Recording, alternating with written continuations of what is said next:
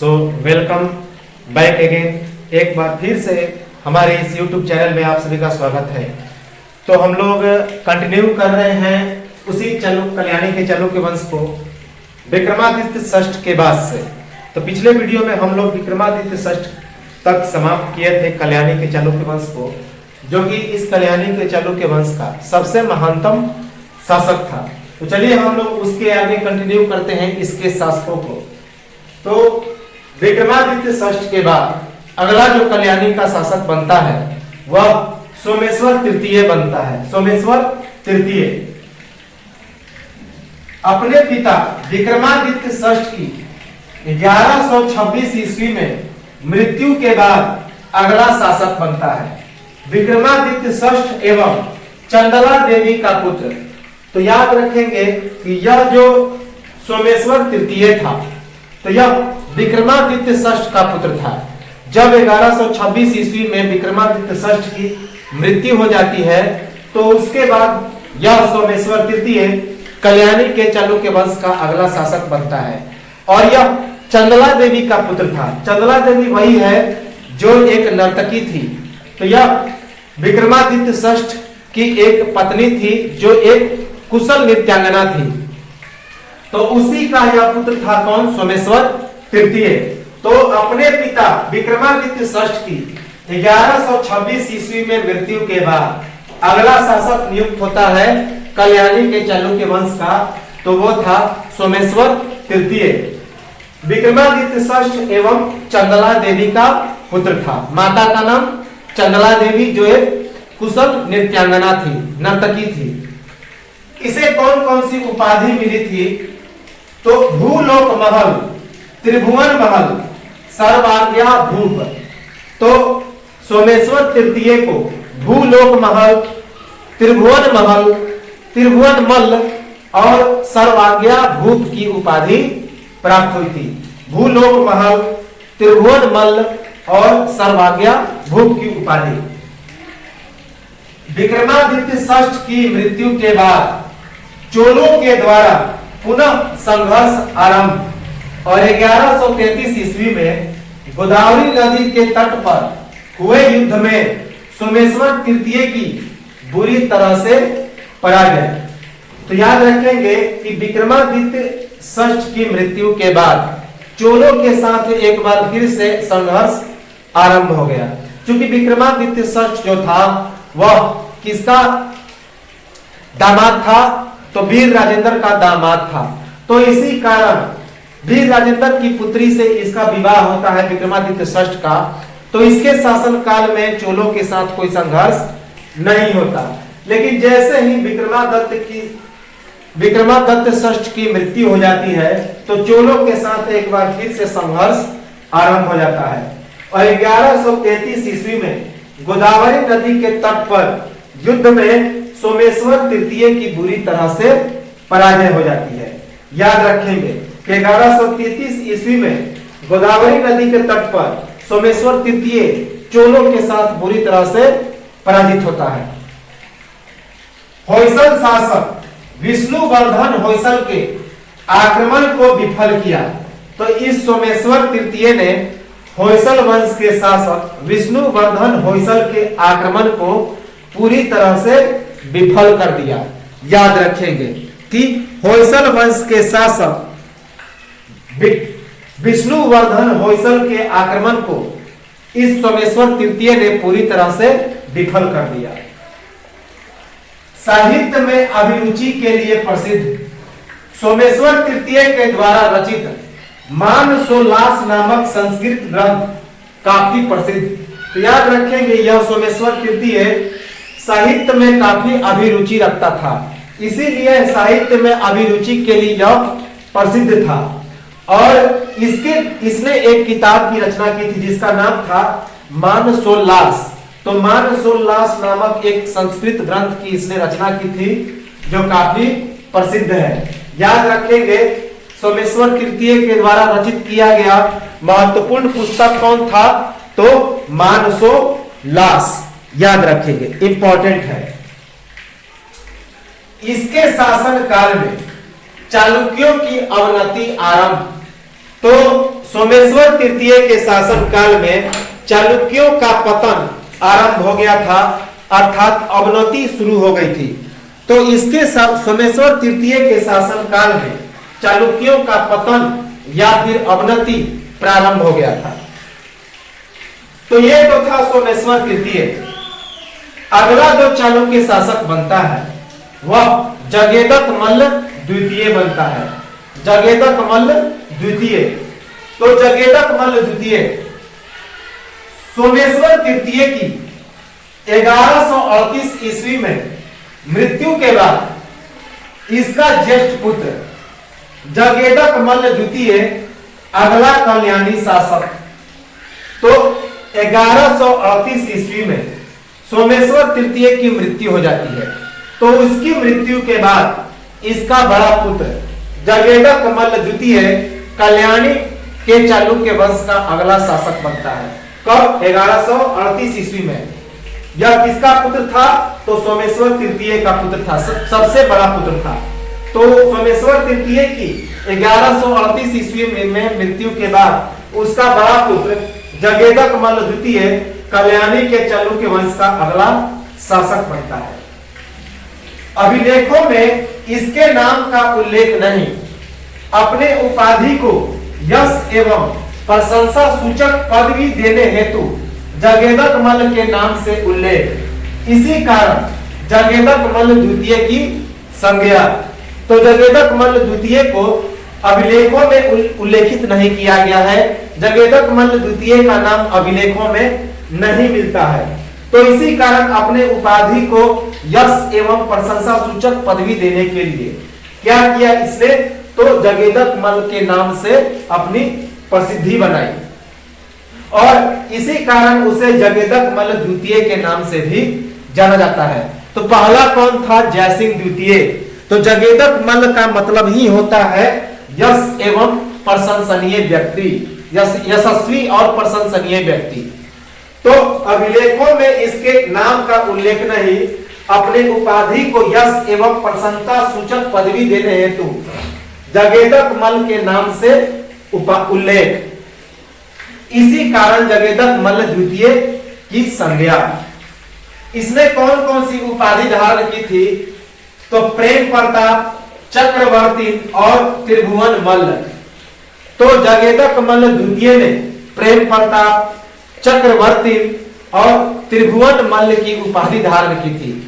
तो प्रेम प्रताप, चक्रवर्ती और त्रिभुवन मल्ल की उपाधि किसने धारण की थी? तो जगेदक मल्ल द्वितीय ने।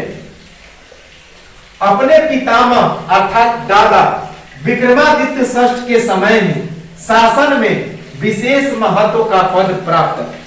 तो जगेदक मल्ल द्वितीय को उसके दादा विक्रमादित्य षष्ठ के समय ही उसे विशेष महत्व का पद प्राप्त हो गया था। याद रखेंगे कि जगेदक मल्ल द्वितीय को अपने पितामह विक्रमादित्य षष्ठ के समय ही विशेष महत्व का पद प्राप्त हो गया था शासन का। इसके शासन काल में चालुक्यों की शक्ति क्षीण होने लगी थी, अर्थात कमजोर होने लगी थी। इसी का लाभ उठाकर विष्णुवर्धन होयसल का अपने राज्य का विस्तार धारवाड़ में बंकारपुर तक, फिर भी वह चालुक्यों की अधीनता स्वीकार करता था। विष्णुवर्धन होयसल नरसिंह होयसल के साथ 1143 ईस्वी के लगभग मालवा पर आक्रमण कर जय बर्मन के स्थान पर बल्लभ सेन को सिंहासन पर बैठाया। तो जगेदक मल्ल द्वितीय के समय चालुक्यों की शक्ति कमजोर होने लगी थी, छिन्न होने लगी थी। तो इसी का लाभ उठाकर होयसल शासक विष्णुवर्धन होयसल अपने राज्य का विस्तार धारवाड़ में बंकारपुर तक कर दिया, लेकिन इसके फिर भी वह चालुक्यों के अधीन ही क्या किया? अब चालुक्यों की ही अधीनता स्वीकार की कि अपने राज्य का विस्तार धारवाड़ में बंकारपुर तक करने के बावजूद भी यह विष्णुवर्धन होयसल अपने आप को चालुक्यों के अधीन ही रखा। विष्णुवर्धन होयसल नरसिंह होयसल के साथ मिलकर 1143 ईस्वी में मालवा पर आक्रमण करके जय बर्मन पर आक्रमण करके उसके स्थान पर किसे नियुक्त किया? तो बल्लाल सेन को। तो याद रखेंगे सिंहासन पर किसे बैठाया? तो बल्लाल सेन को सिंहासन पर बैठाया कि इसके शासनकाल में चालुक्यों की शक्ति छिन्न होने लगी थी। इसी का लाभ उठाकर विष्णुवर्धन होयसल का अपने राज्य का विस्तार कहां से कहां तक हुआ? तो धारवाड़ में बंकारपुर तक। फिर भी वह चालुक्यों की अधीनता स्वीकार करता था। विष्णुवर्धन होयसल नरसिंह होयसल के साथ मिलकर 1043 ईस्वी के लगभग मालवा पर आक्रमण करके जय बर्मन के स्थान पर बल्लाल सेन को क्या करता है? तो सिंहासन पर बैठाता है। इंपॉर्टेंट है। जगेदक मल्ल को उसका अधिकार बनाए रखने में उसके सामंत एवं सेनापति पेरमाडी देव सिंध, बर्म दंडाधीश एवं केसी राज दंडाधीश का महत्वपूर्ण योगदान। तो याद रखेंगे कि जगेदक मल्ल द्वितीय को उसका अधिकार बनाए रखने में उसके सामंत एवं सेनापति पेरमाडी देव सिंध, बर्म दंडाधीश एवं केसी राज दंडाधीश का महत्वपूर्ण योगदान होता है। इंपॉर्टेंट है कि जगेदक मल्ल को उसका अधिकार बनाए रखने में उसके सामंत एवं सेनापति पेरमाडी देव सिंध, बर्म दंडाधीश तथा केसी राज दंडाधीश का महत्वपूर्ण योगदान होता है। एक संवत की स्थापना। तो इस जगेदक मल्ल द्वितीय ने एक संवत की भी स्थापना की थी। जिस प्रकार चालुक्य विक्रम संवत की स्थापना की थी विक्रमादित्य षष्ठ ने, तो उसी प्रकार इस जगेदक मल्ल द्वितीय ने भी एक संवत की स्थापना की थी। पर इसके राज्यकाल में ही इस संवत का सदैव उपयोग नहीं होता था। इस कारण जगेदक मल्ल की शासन की समाप्ति के साथ ही संवत की शीघ्र समाप्ति। तो याद रखेंगे कि जगेदक मल्ल द्वितीय ने भी एक संवत की स्थापना की थी, लेकिन इसी के राज्यकाल में ही इस संवत का कोई उपयोग नहीं होता था, सदैव उपयोग नहीं होता था। तो इस कारण जगेदक मल्ल की शासन जैसे ही समाप्त हुई तो इस संवत की भी शीघ्र समाप्ति हो गई। तो एक संवत की स्थापना पर इसके राज्यकाल में इस संवत का सदैव उपयोग नहीं होता था। इस कारण जगेदक मल्ल के शासन की समाप्ति के साथ ही शीघ्र इस संवत की भी समाप्ति हो गई। रचना, इसने एक किताब की रचना की, संगीत चूड़ामणि नामक ग्रंथ। तो इसकी एक रचना है संगीत चूड़ामणि। तो याद रखेंगे जगेदक मल्ल द्वितीय ने संगीत चूड़ामणि नामक एक संस्कृत ग्रंथ की रचना की, संगीत चूड़ामणि। इसका दरबारी कवि कौन था?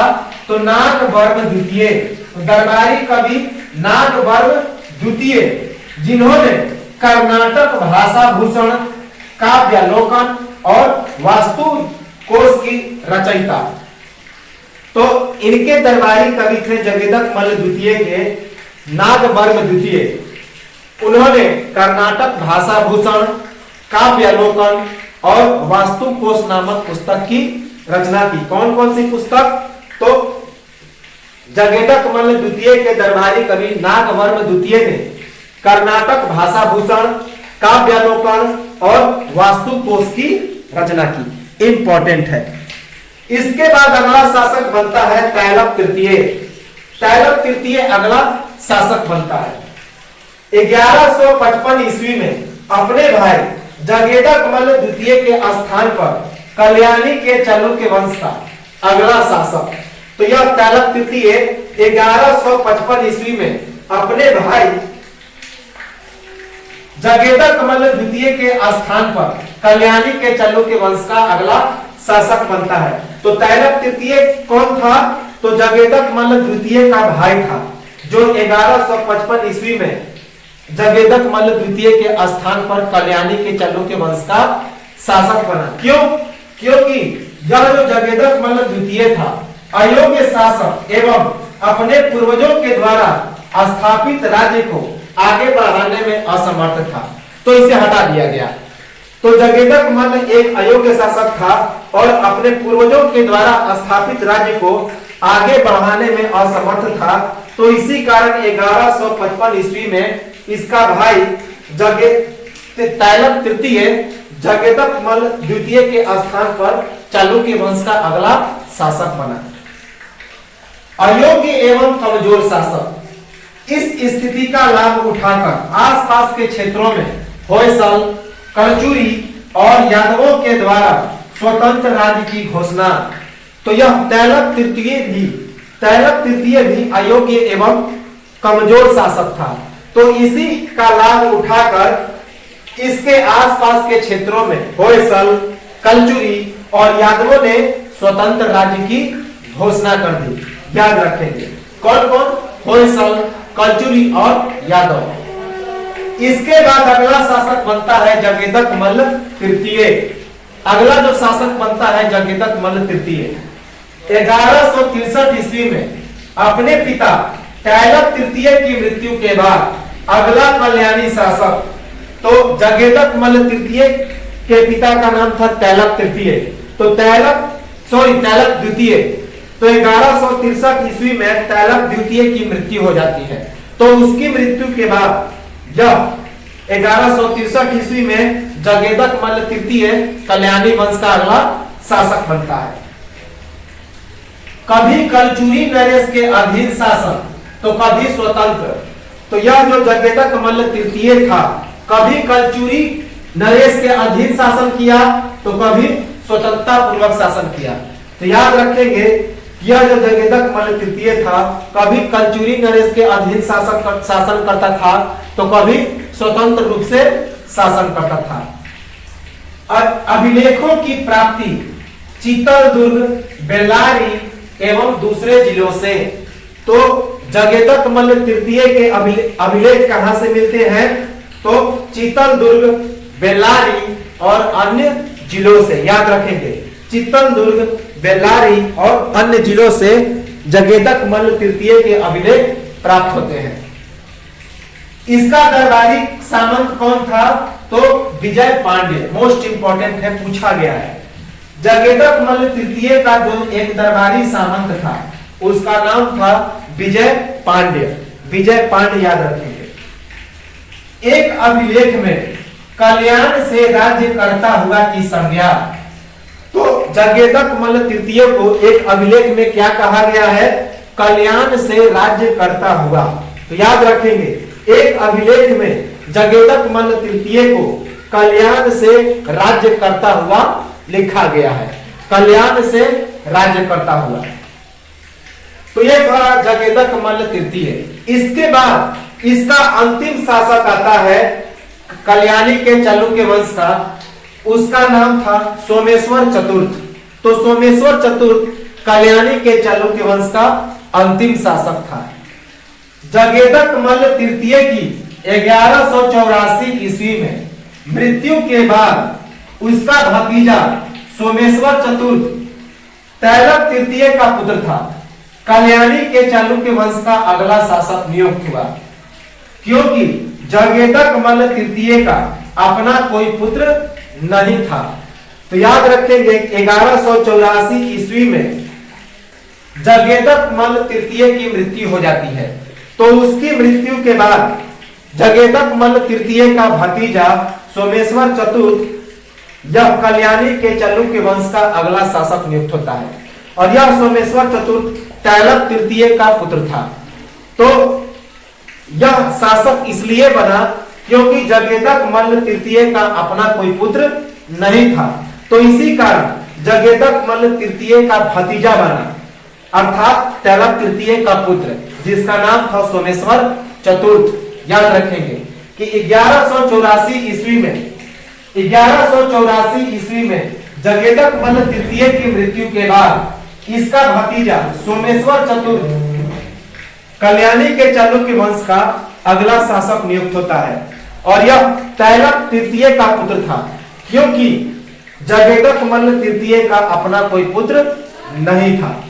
तो जगदेकमल्ल तृतीय की 1184 ईस्वी में मृत्यु के बाद इसका भतीजा सोमेश्वर चतुर्थ जो तैलक तृतीय का पुत्र था, वह कल्याणी के चालुक्य वंश का अगला शासक नियुक्त होता है, क्योंकि जगदेकमल्ल तृतीय का अपना कोई पुत्र नहीं था। कल्याणी के चालुक्य वंश का अंतिम शासक, तो यह सोमेश्वर चतुर्थ कल्याणी के चालुक्य वंश का अंतिम शासक था। इस समय तक कल्याणी के चालुक्य वंश काफी संकुचित हो चुका था और सोमेश्वर चतुर्थ द्वारा इसकी खोई हुई प्रतिष्ठा को वापस लाने का प्रयास एवं होयसल तथा कलचुरियों से युद्ध आरंभ। तो याद रखेंगे, सोमेश्वर चतुर्थ के समय तक चालुक्य वंश काफी संकुचित हो चुका था, काफी सिकुड़ चुका था। तो सोमेश्वर चतुर्थ ने इस कल्याणी के चालुक्य वंश की खोई हुई प्रतिष्ठा को वापस लाने का प्रयास किया और होयसल और कलचुरियों से युद्ध आरंभ किया। याद रखेंगे कि इस समय तक चालुक्य वंश काफी संकुचित हो चुका था और सोमेश्वर चतुर्थ के द्वारा इसकी खोई हुई प्रतिष्ठा को वापस लाने का प्रयास एवं होयसल तथा कलचुरियों से युद्ध आरंभ। कलचुरियों से युद्ध उपरांत कलचुरियों का पूर्ण उन्मूलन और इस विजय के बाद कलचुर्य कुल निर्मूलता की उपाधि। तो याद रखेंगे, सोमेश्वर चतुर्थ ने कलचुरियों से युद्ध करके कलचुरियों का पूर्ण उन्मूलन कर दिया, अर्थात पूरा विनाश कर दिया। और इस विजय के बाद उसने कलचुर्य कुल निर्मूलता की उपाधि धारण की। क्या? कलचुर्य कुल निर्मूलता। किसने? सोमेश्वर चतुर्थ ने।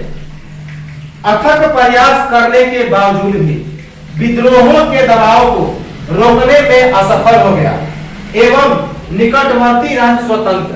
तो यह सोमेश्वर चतुर्थ अथक प्रयास करने के बावजूद भी अपने विद्रोहियों के दबाव को रोकने में असफल हो गया और इसके निकटवर्ती राज्य स्वतंत्र होने लगे। याद रखेंगे, 1189 ईस्वी में यादव वंशी शासकों और होयसल शासकों के द्वारा बुरी तरह पराजित होकर कल्याणी छोड़ने के लिए मजबूर और शेष जीवन गोवा में एक सामंत के रूप में व्यतीत कल्याणी के चालुक्य वंश का अस्तित्व समाप्त। याद रखेंगे कि 1189 ईस्वी में यादव वंशी शासकों और होयसल शासकों के द्वारा यह सोमेश्वर चतुर्थ बुरी तरह से पराजित हुआ और पराजित होने के बाद यह कल्याणी छोड़ने के लिए मजबूर हो गया, अर्थात कल्याणी को छोड़कर भाग गया। और भागने के बाद कहां चला गया? तो गोवा चला गया और बाकी जो अपना सारा जीवन था वह गोवा में एक सामंत के रूप में व्यतीत करने लगा और इस प्रकार कल्याणी के चालुक्य का अस्तित्व समाप्त हो गया। तो 1189 ईस्वी में यादव वंशी शासकों और होयसल शासकों के द्वारा बुरी तरह पराजित होकर कल्याणी छोड़ने के लिए मजबूर और शेष जीवन गोवा में एक सामंत के रूप में व्यतीत, इस प्रकार कल्याणी के चालुक्य वंश का अस्तित्व समाप्त हो गया। 1189 ईस्वी में यादव शासकों और होयसल शासकों ने सोमेश्वर चतुर्थ को बुरी तरह से पराजित किया और यह सोमेश्वर चतुर्थ कल्याणी छोड़कर गोवा भाग गया और गोवा में पूरा जीवन सामंत के रूप में व्यतीत किया और यह कल्याणी का चालुक्य वंश का अस्तित्व समाप्त हो गया। तो ये तो था कल्याणी का चालुक्य वंश, यह पूरी तरह से होता है समाप्त। इसके बाद देखिए कुछ अन्य फैक्ट हैं जो कि हम चालुक्य वंश के बारे में, उत्पत्ति के बारे में, उसे हम लोग देख लें। चालुक्य वंश के बारे में क्या कहा जाता है कि वराह मिहिर के द्वारा लिखा गया बृहद संहिता, उसमें कहा गया है कि चालुक्य वंश की उत्पत्ति सूलिक जातु के द्वारा हुई थी। कि वराह मिहिर के द्वारा लिखा गया बृहद संहिता में क्या कहा गया है कि चालुक्य वंश की उत्पत्ति सूलिक जाति के द्वारा हुई थी, सूलिक जाति। जबकि चंद्रबरदाई के द्वारा लिखा गया पृथ्वीराज रासो में क्या कहा गया है कि इसकी उत्पत्ति माउंट आबू पर्वत पर अग्नि कुंड से हुई थी। बिलहन के द्वारा लिखा गया विक्रमांक देव चरित में क्या कहा गया है कि चालुक्य वंश की उत्पत्ति भगवान ब्रह्मा के चुलुक से अर्थात हथेली से हुई थी। विसेंट ए स्मिथ ने क्या कहा चालुक्यों को? ये विदेशी थे। एफ फ्लीट तथा के ए नीलकंठ शास्त्री ने चालुक्य वंशों का प्रारंभिक नाम क्या बताया? तो चालुक्य बताया। तो एफ फ्लीट तथा के ए नीलकंठ शास्त्री ने चालुक्यों का प्रारंभिक नाम क्या कहा? चालुक्य। आर जी भंडारकर ने चालुक्यों का नाम क्या कहा? तो चालुक्य कहा। तो आर जी भंडारकर ने चालुक्यों का प्रारंभिक नाम क्या बताया? तो चालुक्य बताया। जबकि हुएनसांग के अनुसार ये चालुक्य क्या थे? क्षत्रिय के वंशज थे। पुलकेशन द्वितीय को हुएनसांग ने क्या कहा? तो क्षत्रिय कहा। तो ये तो था हमारा पूरा चालुक्य वंश, यह होता है समाप्त। तो ये इसका स्क्रीनशॉट लें और मिलते हैं हम लोग कुछ देर के बाद और कुछ अन्य फैक्ट की चर्चा करेंगे और इसके बाद यह पूरा जो चालुक्य वंश है उसे हम लोग समाप्त करेंगे। और तो मिलते हैं हम लोग कुछ समय के बाद।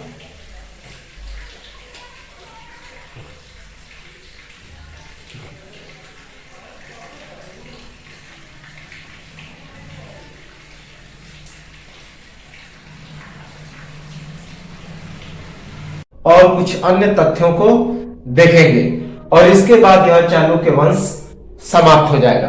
तो चलिए हम लोग शुरू करते हैं इस चालुक्य वंश के शासन प्रशासन, कला एवं संस्कृति, धर्म एवं अन्य तथ्यों के बारे में। तो बादामी या वातापी के चालुक्यों के पास एक मजबूत नौसैनिक शक्ति एवं सुव्यवस्थित एवं संगठित तथा प्रशिक्षित सेना। तो जो बादामी या वातापी के चालुक्य थे उनके पास एक मजबूत नौसैनिक शक्ति थी और साथ ही साथ सुव्यवस्थित, संगठित एवं प्रशिक्षित सेना थी। याद रखेंगे कि बादामी या वातापी के चालुक्यों के पास एक मजबूत नौसैनिक शक्ति थी एवं सुव्यवस्थित, संगठित तथा प्रशिक्षित सेना थी। बादामी या वातापी के चालुक्य हिंदू होने के बावजूद बौद्ध एवं जैन धर्म के प्रबल अनुयायी। तो बादामी या वातापी के जो चालुक्य थे वे हिंदू होने के बावजूद भी बौद्ध और जैन धर्म के प्रति प्रबल अनुयायी थे। याद रखेंगे, लेकिन बेंगी और चालुक्य वंशों में ठीक उल्टा हो जाता है। बेंगी और कल्याणी के चालुक्य बौद्ध धर्म के प्रति उतने उत्सुक नहीं रहते हैं। उनके समय बौद्ध धर्मों की अवनति हो जाती है। तो बादामी या वातापी के चालुक्य हिंदू होने के बावजूद बौद्ध और जैन धर्म के प्रबल अनुयायी थे। कन्नड़ और तेलुगु साहित्य का बहुत बड़ा विकास। तो इस वातापी या बादामी के साहित्य में काल में कन्नड़ और तेलुगु साहित्य का बहुत बड़ा विकास हुआ। तो याद रखेंगे कि बादामी या वातापी के समय कन्नड़ और तेलुगु साहित्य का बहुत बड़ा विकास हुआ। बोलचाल की भाषा के साथ संस्कृत काफी फला फूला। तो बादामी या वातापी के संस्कृति में बोलचाल की भाषा के साथ संस्कृत काफी फला फूला, अर्थात बोलचाल की भाषा के साथ साथ संस्कृत का भी क्या हुआ? काफी फला फूला, काफी उसे महत्व मिला। 7वीं शताब्दी में धनाढ़ एवं अभिजात वर्ग के लोगों के बीच संस्कृत भाषा में अभिलेख का निर्माण, जबकि अन्य वर्गों में कन्नड़ भाषा का बहुतायत प्रयोग। तो 7वीं शताब्दी में जो धनी व्यक्ति थे या फिर अभिजात वर्ग के व्यक्ति थे तो उनके लोगों के बीच संस्कृत भाषा में अभिलेख का निर्माण हुआ, जबकि अन्य वर्गों में कन्नड़ भाषा का बहुतायत प्रयोग हुआ। याद रखेंगे कि 7वीं शताब्दी में अर्थात वातापी के चालुक्य वंशों में धनाढ़ एवं अभिजात वर्ग के लोगों के बीच संस्कृत भाषा में अभिलेख का निर्माण हुआ, जबकि अन्य वर्गों में कन्नड़ भाषा का बहुतायत प्रयोग हुआ। याद रखेंगे, बादामी या वातापी के चालुक्यों के द्वारा निर्मित गुफा मंदिर धार्मिक एवं लौकिक संस्कृति दोनों का परिचायक थे। गुफा मंदिर में सुंदर भित्ति चित्र भी, तो ये चीज हमने बताया था कि बातापी के चालुक्य वंशों के द्वारा अजंता में गुफा मंदिर का निर्माण किया गया था। तो चालुक्यों के द्वारा निर्मित गुफा मंदिर धार्मिक एवं लौकिक संस्कृति दोनों का परिचायक था, अर्थात वह किसी विशेष धर्म और अन्य धर्मों के लोग भी उसमें जाते थे, आज भी जाते हैं। तो यह धार्मिक एवं लौकिक संस्कृति का क्या था, तो परिचायक था। गुफा मंदिर में सुंदर भित्ति चित्र भी बनाए गए हैं। भित्ति चित्र का मतलब होता है कि दीवारों पर जो चित्र बनाए जाते हैं उन्हें ही क्या कहा जाता है, तो भित्ति चित्र कहा जाता है, याद रखेंगे। बादामी का गुफा मंदिर चालुक्यों के कलाकृति के बेसर कलाकृति अर्थात बेसर शैली का एक उत्तम उदाहरण है। बेसर शैली या बेसर कलाकृति चालुक्य कलाकृति अर्थात चालुक्य शैली, कर्नाटक द्रविड़ कलाकृति या फिर दक्कन कलाकृति के नाम से भी प्रसिद्ध है। तो यह जो बादामी का गुफा मंदिर बना था, यह चालुक्यों के बेसर शैली पर आधारित बना था। तो बेसर शैली का यह एक उत्तम उदाहरण है। और बेसर शैली को या बेसर कलाकृति को चालुक्य शैली, कर्नाटक द्रविड़ शैली या फिर दक्कन शैली भी कहा जाता है। याद रखेंगे कि बादामी का गुफा मंदिर चालुक्यों के कलाकृति के बेसर कलाकृति का एक उत्तम उदाहरण है। बेसर कलाकृति चालुक्य कलाकृति, कर्नाटक द्रविड़ कलाकृति या फिर दक्कन कलाकृति के नाम से प्रसिद्ध है। बेसर शैली चालुक्य शैली, कर्नाटक द्रविड़ शैली या फिर दक्कन शैली के नाम से प्रसिद्ध है। ऐहोल जिसे मंदिरों का शहर कहा जाता है, तो यहाँ पे कौन कौन से प्रसिद्ध मंदिर हैं? लद्द खान मंदिर जो एक सूर्य मंदिर है, दुर्गा मंदिर, हुकीमालीगुड़ी मंदिर, रवि कीर्ति द्वारा निर्मित मेगुती का जैन मंदिर, ये सभी प्रसिद्ध हैं। और ऐहोल में करीब 70 मंदिर बनाए गए हैं। किसके द्वारा? तो चालुक्यों के द्वारा। तो ऐहोल मंदिरों का शहर कहलाता है, ये चीज हमने बताया भी है। जिसके अंतर्गत लद्द खान मंदिर जो एक सूर्य मंदिर है, दुर्गा मंदिर, हुकीमालीगुड़ी मंदिर, रवि कीर्ति जैन द्वारा निर्मित मेगुती का जैन मंदिर, ये क्या है? प्रसिद्ध है। और ऐहोल में करीब 70 मंदिर बनाए गए हैं। पट्टडकल जिसे यूनेस्को के द्वारा विश्व विरासत स्थल में शामिल किया गया है, वहां पर नागर शैली में 4 मंदिर तथा द्रविड़ शैली में 6 मंदिर का निर्माण किया गया है। विरूपाक्ष मंदिर और संगमेश्वर मंदिर द्रविड़ शैली में बने हैं, जबकि पापनाथ मंदिर किसमें? नागर शैली में निर्मित है। तो पट्टडकल जिसे यूनेस्को के द्वारा विश्व विरासत स्थल में शामिल किया गया है, तो वहां पर बादामी के चालुक्यों के द्वारा नागर शैली में 4 मंदिर जबकि द्रविड़ शैली में 6 मंदिर का निर्माण किया गया। विरूपाक्ष मंदिर और संगमेश्वर मंदिर ये दोनों द्रविड़ शैली में बनाए गए हैं, जबकि यह जो पापनाथ मंदिर था यह नागर शैली में निर्मित है। याद रखेंगे कि पट्टडकल जिसे यूनेस्को के द्वारा विश्व विरासत स्थल में शामिल किया गया है, वहां पर नागर शैली में 4 मंदिर जबकि द्रविड़ शैली में 6 मंदिर का निर्माण किया गया है। विरूपाक्ष मंदिर और संगमेश्वर मंदिर द्रविड़ शैली में बने हैं, जबकि पापनाथ मंदिर नागर शैली में निर्मित है। बादामी शैली में कई बादामी मंदिरों का निर्माण, तो बादामी शैली में भी कई बादामी मंदिरों का निर्माण किया गया है। याद रखेंगे। बेगी के चालुक्य वंश के सबसे प्रतापी शासक विजयादित्य तृतीय के सबसे प्रसिद्ध सेनापति का नाम क्या था? तो पंडरंग था। तो याद रखेंगे कि वेंगी के चालुक्य वंश के सबसे प्रतापी शासक विजयादित्य तृतीय के सबसे प्रसिद्ध सेनापति का नाम था पंडरंग। याद रखेंगे पंडरंग। राजनीतिक अव्यवस्था के कारण संपूर्ण पूर्वी चालुक्य राज्य का शासन व्यवस्थित नहीं हो पाया और साम्राज्य छोटे छोटे राज्यों में विभक्त था, जो केवल पूर्वी चालुक्यों के नरेशों के अत्यधिक शक्तिशाली रहने पर ही उसकी अधीनता मानते थे। तो राजनीतिक अव्यवस्था होने के कारण संपूर्ण जो पूर्वी चालुक्य राज्य था उसका शासन व्यवस्थित नहीं हो पाया और साम्राज्य छोटे छोटे राज्यों में विभक्त हो गया, जो केवल पूर्वी चालुक्यों के नरेशों के अत्यधिक शक्तिशाली रहने पर ही उसकी अधीनता मानते थे।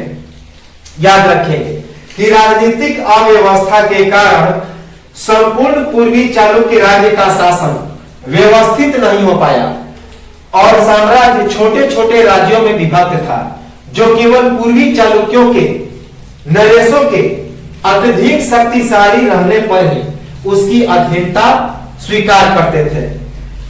अभिलेखों में वेंगी या फिर पूर्वी चालुक्यों के सप्तांगों का वर्णन है, जिसके अंतर्गत मंत्री, पुरोहित, सेनापति, युवराज, दौवारिक, प्रधान और अध्यक्ष आते थे और साथ ही साथ 18 तीर्थों का भी उल्लेख किया गया है। तो अभिलेखों में वेंगी चालुक्यों के सप्तांगों का वर्णन है, जिसके अंतर्गत मंत्री, पुरोहित, सेनापति, युवराज, दौवारिक, प्रधान और अध्यक्ष आते थे, जबकि 18 तीर्थों का भी उल्लेख किया गया है। कितने तीर्थ? तो 18। चालुक्यों के राजभवन के कर्मचारी 72 नियोगों में संगठित थे। इनके अतिरिक्त मन्नेय, राजपूत और ग्रामीणी का भी उल्लेख है। तो याद रखें कि चालुक्यों के राजभवन के कर्मचारी 72 नियोगों में संगठित थे। नियोग का मतलब हो गया विभाग, जिनके अतिरिक्त मन्नेय, राजपूत और ग्रामीणी का भी उल्लेख किया गया है। ये सभी क्या थे? तो सामंत हुआ करते थे। तो चालुक्यों के राजभवन के कर्मचारी 72 नियोगों में संगठित थे। इनके अतिरिक्त मन्नेय, राजपूत और ग्रामीणी का भी उल्लेख किया गया है। राज्य का विभाजन विषय एवं कोट्टम में, तो जो चालुक्य वंश का राज्य था उसका विभाजन विषय एवं कोट्टम में किया गया था। विषय यानी कि जिला और कोट्टम का मतलब हो गया अनुमंडल। तो राज्य का विभाजन विषय एवं कोट्टम में किया गया था। याद रखेंगे चालुक्यों का। वेद सांग के अनुसार भूमि उपजाऊ एवं लोगों का स्वभाव प्रचंड, लोग कृष्ण वर्ण तथा कला प्रिय। तो वेद सांग जब पुलकेशन द्वितीय के दरबार में आया था तो उसने क्या कहा कि यहाँ की भूमि उपजाऊ है और लोगों का स्वभाव क्या है? प्रचंड है। लोग कृष्ण वर्ण के हैं अर्थात काले रंग के हैं और कला प्रिय हैं, कला के प्रेमी हैं।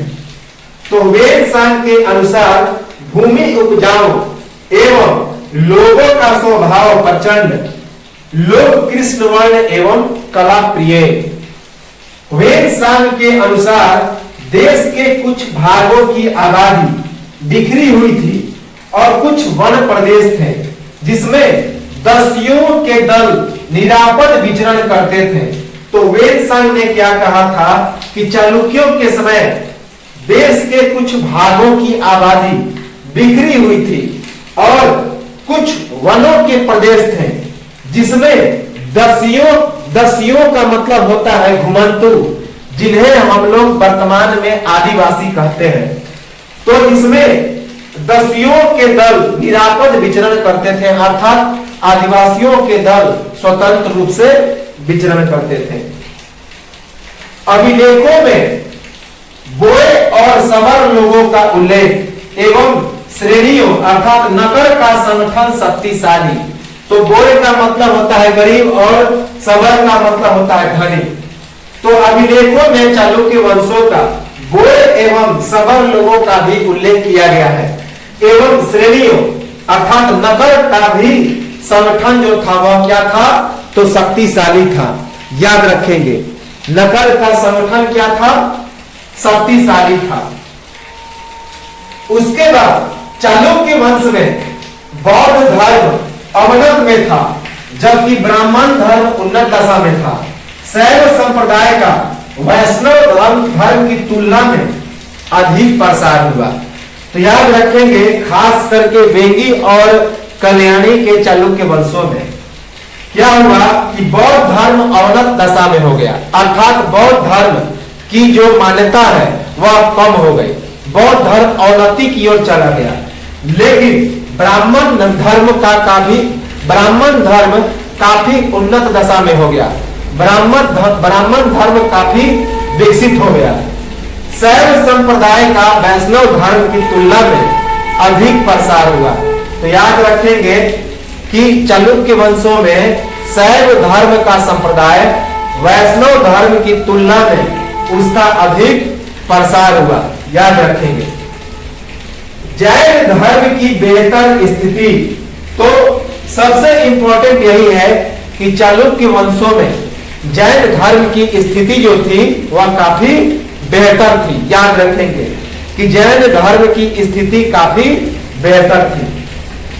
शिक्षा के प्रसार में मठों का महत्वपूर्ण योगदान, तो चालुक्य वंशों में शिक्षा के प्रसार में मठों का महत्वपूर्ण योगदान था, अर्थात जो शिक्षा होता था वह मठ में ही मिलता था, चाहे वह जैन का मठ हो या फिर बौद्ध का मठ हो या ब्राह्मण धर्मों का मठ हो।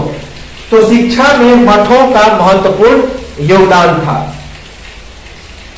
पूर्वी चालुक्यों में किरातार्जुनियम के रचयिता भारवी कवि विष्णुवर्धन के दरबारी, ये चीज हमने बताया भी है कि पूर्वी चालुक्यों में भारवी कवि के द्वारा लिखा गया प्रसिद्ध ग्रंथ किरातार्जुनियम, वह किसका दरबारी था, तो विष्णुवर्धन का दरबारी था, जो पूर्वी चालुक्य वंश की स्थापना की थी। तो पूर्वी चालुक्यों में किरातार्जुनियम के रचयिता भारवी कवि विष्णुवर्धन के दरबारी थे, जिसका एक और नाम था कुब्ज विष्णुवर्धन। अभिलेखों में विष्णुवर्धन को कुब्ज विष्णुवर्धन भी कहा गया है। पूर्वी शाखा में भी साहित्यिक रचना की दृष्टि से संस्कृत के बाद कन्नड़ का स्थान, तो पूर्वी शाखा में भी जो बादामी की तरफ पूर्वी शाखा में भी साहित्यिक रचना जो थी उसकी दृष्टि में संस्कृत का स्थान सर्वोपरि था और उसके बाद स्थान मिला कन्नड़ को। तो पूर्वी शाखा में भी साहित्यिक रचना की दृष्टि से संस्कृत के बाद कन्नड़ का स्थान था। पूर्वी शाखा में कन्नड़ के 3 प्रसिद्ध कवि पूर्ण, पंप और नागवर्ण। तो याद रखेंगे कि पूर्वी शाखा में कन्नड़ के 3 प्रसिद्ध कवि हुए। एक का नाम था पूर्ण, दूसरे का नाम था पंप और तीसरे का नाम था नागवर्ण। याद रखेंगे कि पूर्वी शाखा में कन्नड़ के 3 प्रसिद्ध कवि हुए, पूर्ण, पंप और नागवर्ण। चालुक्य नरेशों के द्वारा तेलुगु भाषा में साहित्य का प्रोत्साहन, यह पूर्वी शाखा की बात कर रही है कि पूर्वी शाखा में चालुक्य नरेशों के द्वारा तेलुगु भाषा में साहित्य का प्रोत्साहन मिला। तो याद रखेंगे कि पूर्वी शाखा में चालुक्य नरेशों के द्वारा तेलुगु भाषा में साहित्य का प्रोत्साहन दिया गया। पूर्वी चालुक्य शासक विजयादित्य तृतीय के अभिलेखों में सर्वप्रथम तेलुगु पद्य का उल्लेख है। तो पूर्वी चालुक्य शासकों में विजयादित्य तृतीय के अभिलेखों में सर्वप्रथम तेलुगु पद्य का उल्लेख है। तो पूछा जाएगा कि किस चालुक्य शासक के सर्वप्रथम अभिलेख में तेलुगु पद का उल्लेख किया गया है? तो आप विजयादित्य तृतीय, जो कि पूर्वी शाखा का चालुक्य शासक था।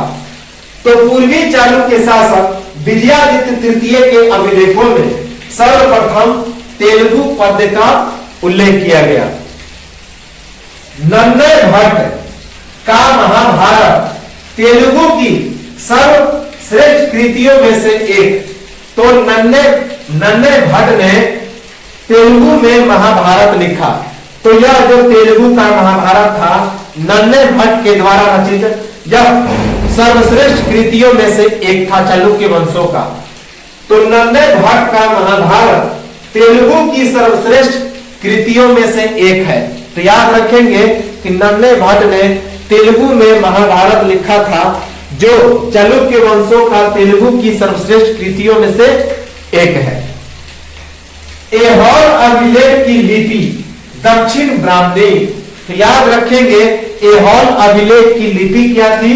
तो दक्षिण ब्राह्मणी लिपि थी। याद रखेंगे दक्षिण ब्राह्मणी लिपि थी और लिखा गया था किस भाषा में? तो संस्कृत भाषा में।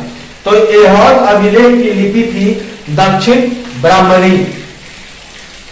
बादामी के शिलालेख जिसकी खोज 543 ईस्वी में हुई थी, बल्लभेश्वर नामक चालुक्य शासक का उल्लेख, जिसके द्वारा बादामी के किले का निर्माण किया गया तथा अश्वमेध यज्ञ संपन्न करा गया।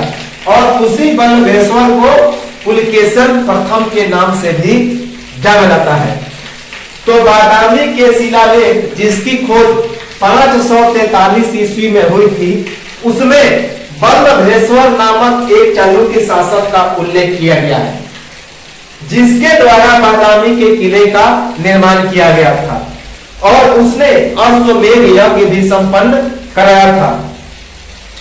और इस अश्वमेध यज्ञ का नाम क्या था? तो हिरण्यगर्भ। क्या नाम था? हिरण्यगर्भ। याद रखेंगे, जो एक महादान यज्ञ था। तो हिरण्यगर्भ नामक एक अश्वमेध यज्ञ कराया था। किसने? तो बल्लभेश्वर ने। जिस बल्लभेश्वर किसका नाम था? तो पुलकेशिन प्रथम का नाम था। तो बादामी की शिलालेख का खोज 543 ईस्वी में किया गया था, जिसमें बल्लभेश्वर नामक एक चालुक्य शासक का वर्णन है, जिसने बादामी के किले का निर्माण किया था। साथ ही साथ एक अश्वमेध यज्ञ कराया था, जिसे हिरण्यगर्भ यज्ञ कहा जाता है। इसे महादान यज्ञ भी कहा जाता है। और उसी बल्लभेश्वर का नाम था पुलकेशिन प्रथम, जिसने बादामी के चालुक्य वंश की स्थापना की थी। कल्याणी के चालुक्यों के वंशज कला प्रेमी थे एवं उनके शासनकाल में बने भवनों में काले पत्थरों को बहुतायत मात्रा में प्रयोग। तो ये जो कल्याणी के चालुक्य के वंशज थे, वे कला के प्रेमी थे और उनके शासनकाल में काले पत्थरों के भवन काफी मात्रा में बने हुए हैं। तो याद रखेंगे कि कल्याणी के चालुक्यों के वंशज कला प्रेमी थे एवं उनके शासन काल में बने भवनों में काले पत्थरों का बहुतायत मात्रा में प्रयोग किया गया। काले पत्थरों का कल्याणी के चालुक्यों के द्वारा धारवाड़ जिले में स्थित लकुंडी का काशी विश्वेश्वर का मंदिर एवं इटकी का महादेव का मंदिर स्थापत्य कला के सुंदर उदाहरण। तो कल्याणी के चालुक्यों के द्वारा धारवाड़ जिला में स्थित लकुंडी का काशी विश्वेश्वर का मंदिर एवं इटकी का महादेव का मंदिर स्थापत्य कला का सुंदर उदाहरण पेश करता है। तो कल्याणी के चालुक्यों के द्वारा धारवाड़ जिला में स्थित लकुंडी का काशी विश्वेश्वर मंदिर एवं इटकी का महादेव का मंदिर स्थापत्य कला का सुंदर उदाहरण पेश करता है। तो यह तो था हमारा चालुक्य वंश, जो कि एक महत्वपूर्ण वंश था। इससे प्रश्न आते हैं। तो इसे हमने पूरा डिटेल में समाप्त किया। पूरा डिटेल में अगर कहीं एक दो फैक्ट बच जाते हैं तो मेरे हिसाब से ऐसा नहीं लगता कुछ बचा है, क्योंकि मैंने कुछ एक्स्ट्रा भी फैक्ट बताया है जो बहुत ज्यादा है। तो अगर कुछ एक्स्ट्रा फैक्ट मिलता है तो उसे हम इसमें आगे जोड़ देंगे। तो चलिए एक स्क्रीनशॉट लें और सब्सक्राइब जरूर कर लें बेल आइकन बटन के साथ, ताकि आने वाले जो वीडियो हैं आपको सूचित मिल सके, आपको इन्फॉर्म हो सके। और शेयर जरूर करें ताकि अन्य लोगों को भी इसका फायदा हो, क्योंकि पीटी और मेंस के लिए तो यह एक परफेक्ट टॉपिक है जो हमने पढ़ाया है। जितने सारे वीडियो में ये सभी मेंस के दृष्टि से ही पढ़ाया है, और पीटी के लिए तो खैर यह रामबाण है। पीटी तो इससे अधिक पूछेगा ही नहीं पूछेगा। अब रही मेंस की बात, तो इसको आप लोग अपने ढंग से भी लिख सकते हैं, और सभी चीजों को मेरे द्वारा बोले हुए बातों को और इस बोर्ड पे लिखे हुए चीजों को एक दूसरे से कनेक्ट करके आप लोग एक अच्छा नोट्स भी बना सकते हैं। तो एक स्क्रीनशॉट लें और मिलते हैं हम लोग अगले वीडियो में कुछ अन्य राजपूत वंशों के साथ। तब तक